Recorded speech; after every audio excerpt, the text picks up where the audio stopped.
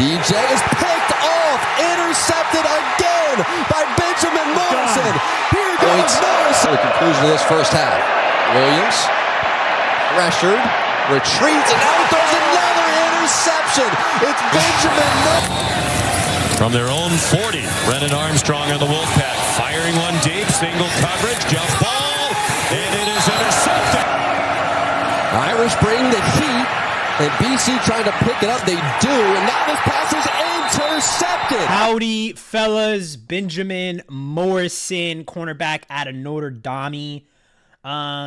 This fine young gentleman, I don't really have a tie to him. It's just the simple fact that his former defensive coordinator is the new Bengals defensive coordinator, so there have been some legitimate links, some ties to this fine young gentleman, Benjamin Morrison. And as I was doing the cut up, he looked pretty decent, bro. Like, I was actually pretty pretty shocked just from the little cut up of seeing him move and stuff like that.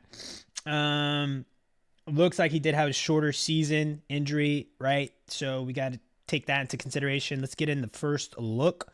Morrison is a smart, smooth-moving man coverage cornerback with good instincts, but for making plays on the ball, getting back to form after hip surgery, and getting a bit stronger are the keys to a future starting outside cornerback role in a man coverage system, but really any system. And so, off the rip, we do have a new defensive coordinator, but man coverage is definitely something that the Bengals like to do. Man coverage is something that the Ravens like to do. Man coverage is something that the NFL is really headed towards, which is kind of weird right now, because so many offenses are picking up on zone. Like, if you can tell zone pre-snap, it's pretty much a completion if you have the right tools and savviness. But man coverage, things get a little bit more hectic with pass rush and blitzes, and so this kid could be a viable piece for you if you just drafted him. Let's go ahead and get into the 2024 season. 71.4 grade, 6 games played, 314 defensive snaps, 12 receptions, given up 27 targets, and then a 58.4 clip. Now, it also seems like of course, a shorter season, but if you dang near double all of it, 27 to 27, 54 targets, about 20, you add, 6 games, you can get another 12 receptions. So he's pretty consistent, which is something that's really, good to have. And then you do have this, like I said, you know why I'm having deja vu. Literally, I got to tell you all this. I'm like, why am I having deja vu right now? I was like, how do I know all these stats already? And I forgot. I already did this video, but I messed up on the audio. I did the first. That's also why I like him. Pause, just because I remember I did a few snaps already, but the video was glitchy. Oh, that was weird. I was like, what the heck? Did I do this already? Okay, and so 1 touchdown given up 3 years ago, 6 interceptions, 3 interceptions this last season or 2 years ago, and then a touchdown, and then no touchdowns given up, no interceptions as well.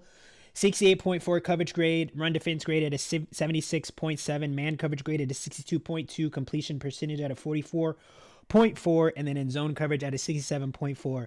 A lot of the times also with these coverage grades and this man coverage grade, it is a pool of reps. It's a huge bucket of reps. Therefore, it's you don't know how often he was in man coverage for it to just be a 62.2, to where if it's 80% of the reps he's in man coverage and you get me a 62.2, I could work with that like crazy. You know what I mean? So all that matters, but let's get into the film that my brain has already done that we probably need to do. Yeah, I remember this now. Yeah, the video was super grainy, so I had to get rid of it. But yeah, here we go. Mr. Benjamin Morrison, top of the screen. Let's look at him. Very fluid athlete. Very, very much, he had, like I said, he has the, not as I said, but as I read, hip surgery. So that is going to be crucial.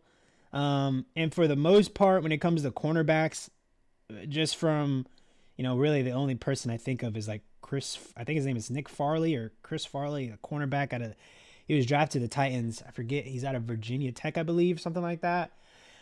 I feel like even if it's an ACL, you'll be okay. Ankle, you'll be all right. Turf toe for Will Johnson, you'll get there.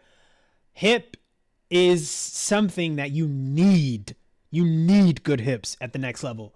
I have yet to hear of a circumstance where a guy gets hip surgery young in his career and isn't able to really, make that happen. Now, back surgery as a cornerback has been the thing where it's like, I'm going to stay away. But, hip surgery, that's a whole different ordeal. And like I said, a natural athlete to begin with. So there should be or could be some okay things with that. So let's see. Not okay things, but not as bad. Bottom of the screen. He's got that man press. Outside release. He's there. Gets his hands up into the air at the last minute. PI, yeah. I don't know if he got his head around there. That's like the second time they were able to get him off sides. Hold on a second. I mean, they're holding. Let me get this view. I don't know. Hold on. Let's get this out of here. Stupid.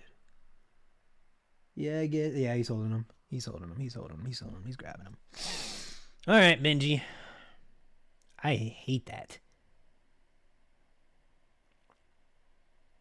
I mean, I don't.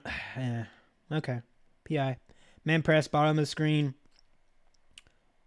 Opens up inside. What the heck? Get up. A little bit of a run. Get tackled up a little bit.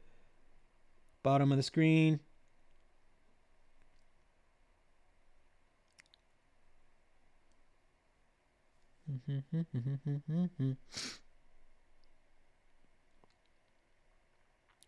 Okay. Top of the screen. Little shuffle. Run support. Get in there. I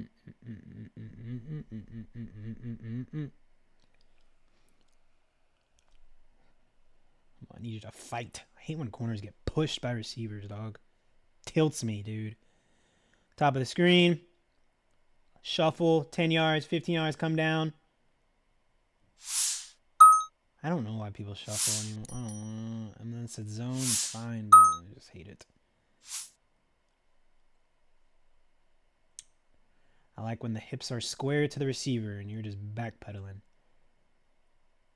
Kind of like what he's doing now, but then he shuffles. Run support, get in there, babies!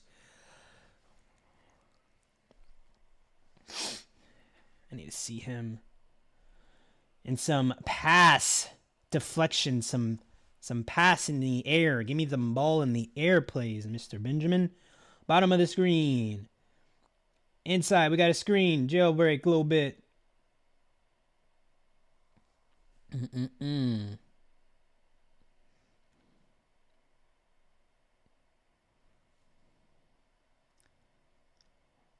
I mean, this guy, Benjamin Morrison, I know in the beginning of the college football season, by week 2 or 3, press right here, bottom of the screen, inside release. He's hooked to the hips, going inside. A little bit of grabbiness, but didn't get called.